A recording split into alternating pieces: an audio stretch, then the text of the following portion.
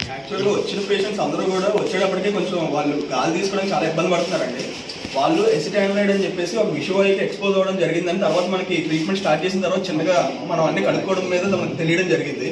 దాని పంతన ఎలా ఉంటుందంటే అది రక్తంలో కలిసిపోయి శరీరానికి అవయవాలకి ఏదైతే గాలి వెళ్ళాలో అది వెళ్లకుండా చేయడమే దాని పంతనం. దాని నుంచి వాళ్ళు ఏంటంటే నీలంగా మారిపోయి గాలి అందుకోలేని పరిస్థితిలో ఉంటే ఆ సిచ్యువేషన్లో మనం ఫస్ట్ ఎయిడ్గా మనం ఏవైతే చెయ్యాలో ప్రాథమికంగా మేము తీసుకోవాల్సిన సేఫ్టీ మెజర్స్ అన్ని కూడా తీసుకుని చికిత్స అందించడం కూడా జరిగింది. సో ఆ శాచురేషన్ అన్ని స్టేబుల్ చేశాక ఒకదాని తర్వాత ఒకటి మనం హయ్యర్ సెంటర్కి షిఫ్ట్ చేద్దాం అని చెప్పి ఒక కలెక్టర్ గారితో మాట్లాడిన దాని మీద మనం ఆ విషయంకి రావడం జరిగింది. ఈ గ్యాప్లో ఏం జరిగిందంటే ఒక పేషెంట్ కొంచెం ఎక్కువగా పీల్చిన దాని మీద మధ్యలో కొంచెం బ్యాడ్ అవడం వల్ల వెంటనే మేము చూసి దాని వైపు మనం ఏ విధంగా స్పందిస్తే ఆవిడకి ఎంత బాగుంటుందో ఆ విధంగా మేము స్పందించడం కూడా జరిగింది. ఆవిడకి వెంటనే మేము ట్యూబ్ అది వేసి కూడా ప్రాణంతోనే మనం కిమ్స్ ఐకాన్ షిఫ్ట్ చేయడం కూడా జరిగింది. 8:30 ప్రాంతంకి మాకు మాస్ క్యాజువాలిటీ వచ్చిందండి సింహగిరి హాస్పిటల్కి. అందులో లత, కుమారి, దేముడు, రాము, లక్ష్మి అని చెప్పి మొత్తం 5 మెంబర్స్ వచ్చారు. అందరూ అసలు ఎవరు మాట్లాడితే కూడా రెస్పాండ్ అవ్వలేని స్టేజ్లో కళ్ళు తిరుగుతూ ఇరిటబుల్గా ఉన్నారు.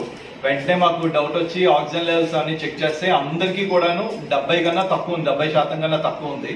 వెంటనే మేము ఎమర్జెన్సీగా స్పందించి వెంటనే మేము ఆక్సిజన్ లెవెల్స్ అవి పెట్టుకొని తర్వాత అసలు ఏం జరిగిందో అనే విషయం గురించి అని చెప్పి పెట్టి మా క్రిటికల్ కేర్ అశ్విన్ గారు వచ్చారు వెంటనే.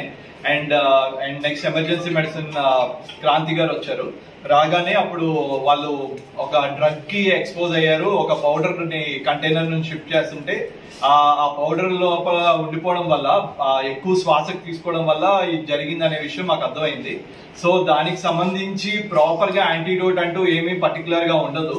సో అందుకని చెప్పి డ్రగ్ ని ఎక్కువ మళ్ళీ బాడీలో స్ప్రెడ్ అవ్వకుండా ఎక్కువ షట్ అవుట్ అయిపోవడానికి దానికి సంబంధించి క్రిటికల్ కేర్ స్పెషలిస్ట్ అశ్విన్ గారు వెంటనే టేక్ ఓవర్ చేసుకొని అలాగా మా క్రాంతి గారు వెంటనే చూసి దానికి స్పందించాల్సిన ట్రీట్మెంట్ వెంటనే స్పందించాము.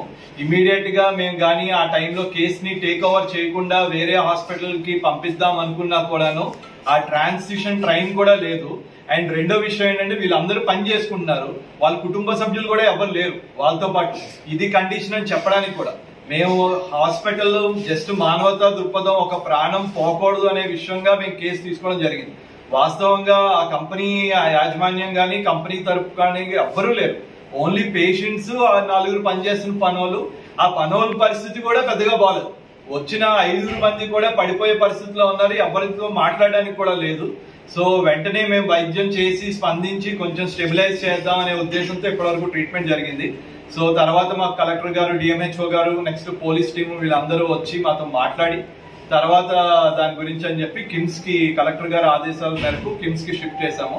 అందులో ఒక కేసు ఒక ఆవిడది కొంచెం కండిషన్ బాగాలేదని చెప్పి వెంటిలేటర్ పెట్టాల్సి వచ్చింది. సో మా దగ్గర వెంటిలేటర్ సదుపాయం ఉన్నా కలెక్టర్ గారు ఎలాగో షిఫ్ట్ చేద్దాం అన్నారు కాబట్టి మేము వెంటనే కిమ్స్ కి షిఫ్ట్ చేయడం జరిగింది. ఒకసారి క్రిటికల్ కేర్ సార్ మన ఎమర్జెన్సీ మెడిసిన్